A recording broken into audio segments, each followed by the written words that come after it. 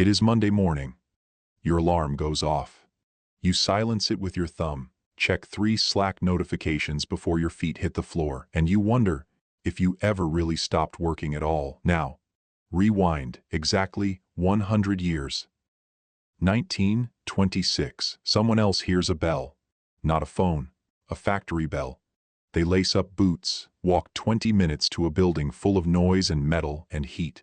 They clock in on a punch card and do the same motion with their hands for the next 10 hours. Same Monday. Completely different world. But here's the strange part. Both of those people would tell you they are exhausted. Work did not just change. It transformed at a speed no generation in history had ever experienced before. And if you look closely at what shifted, not just the tools, but the hours, the bodies, the expectations, you start to see something nobody talks about openly. The century that promised to free you from work made you more consumed by it than ever. In 1926, most workers were still inside what historians call the industrial labor model. You had a physical job. You made things. You moved things. You operated machines. The categories were clear. Factory worker, farmer, miner, seamstress, clerk, shopkeeper. There was almost no ambiguity about when work began and when it ended. The historian E. P. Thompson wrote about how the shift from agrarian life to industrial life changed humanity's relationship with time itself. Before factories, farmers worked with natural rhythms, sunrise to sunset, season to season. The industrial clock replaced the sun. Your body was no longer the measure of the workday. The clock was. By 1926, that clock had been ticking for over a century, and workers had bled for every hour they clawed back from it. Think about what a standard work week looked like just a decade before 1926. 12-hour days were not uncommon. 6 days a week was the norm. Children as young as 10 worked in textile mills. The 40-hour work week was not a default. It was a demand. Workers had to fight for it, strike for it, and in many places, die for it. Henry Ford became one of the most surprising champions of shorter hours. In 1926, he formally moved his factories to a 5-day, 40-hour work week. Not for moral reasons, for economic ones. His logic was cold and calculated. If workers had Saturdays off, they would buy things. They would spend. They would drive cars. His cars. The weekend was, in part, invented by a car company to create consumers. That detail alone should stop you for a moment. The 2 days of rest you think of as natural, as human, as sacred, they were engineered. In 1926, the average American manufacturing worker earned the equivalent of about $600 a month in today's money. Repetitive motion, loud floors, no headphones, no ergonomic chairs, no standing desks. The body was the tool, and the body wore out. Occupational injuries were staggeringly common. The Bureau of Labor Statistics estimated that industrial accidents killed roughly 18,000 American workers per year in the 1920s. There was no OSHA. There was no workers' compensation in most states. If the machine took your hand, the job was done. You were done. The workplace in 1926 was also deeply segregated by gender. Most women who worked did so in domestic service, garment factories, or as telephone operators and secretaries. The idea that a woman might manage a team of men, run a company, sit on a board, that was not yet a mainstream conversation. Race structured work just as rigidly. Black Americans in the South were still largely locked into sharecropping. As economists like Gavin Wright have documented, it functioned as economic bondage without the legal name. In northern cities, Black workers were systematically excluded from the better-paying union jobs. The labor market in 1926 was not a meritocracy.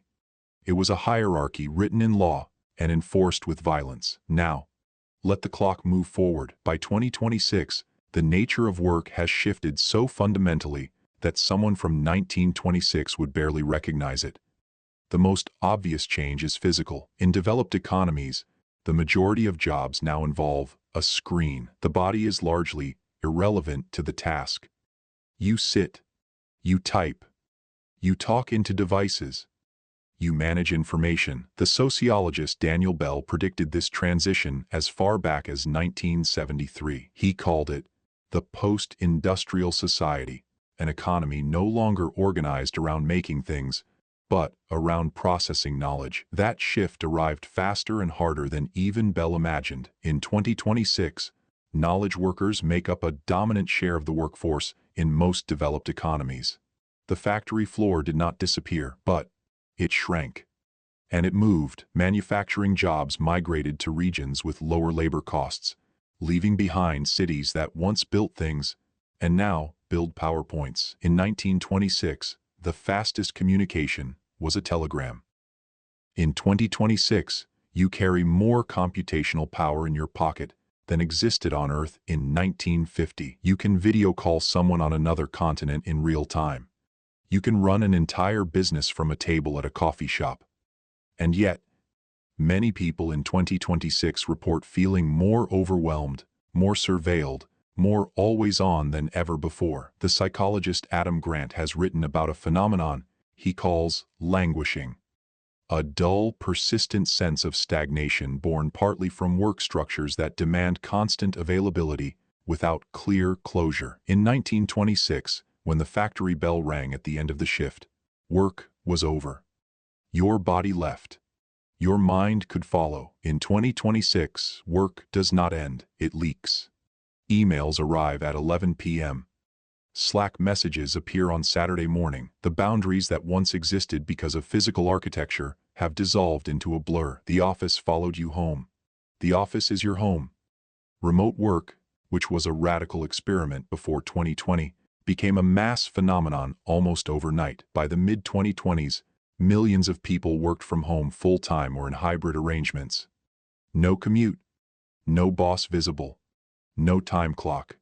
Just a laptop, a camera, and a calendar full of meetings. Stanford economist Nicholas Bloom found that the average remote worker often works more hours than their in-office counterpart, not because they are more dedicated, but because the end of the day has no physical trigger. 100 years. The commute replaced the walk. The screen replaced the machine. The Slack notification replaced the factory bell. The gig replaced the lifetime contract. And yet, the average person in 2026 still wonders, in the middle of a Monday, whether all this effort is adding up to something. Just like the person who laced up their boots in 1926, the tools are unrecognizable. The hunger is identical. The next time you silence your alarm and check your notifications before your feet hit the floor, you are doing something no factory worker in 1926 could have imagined. But you are feeling something they would recognize immediately.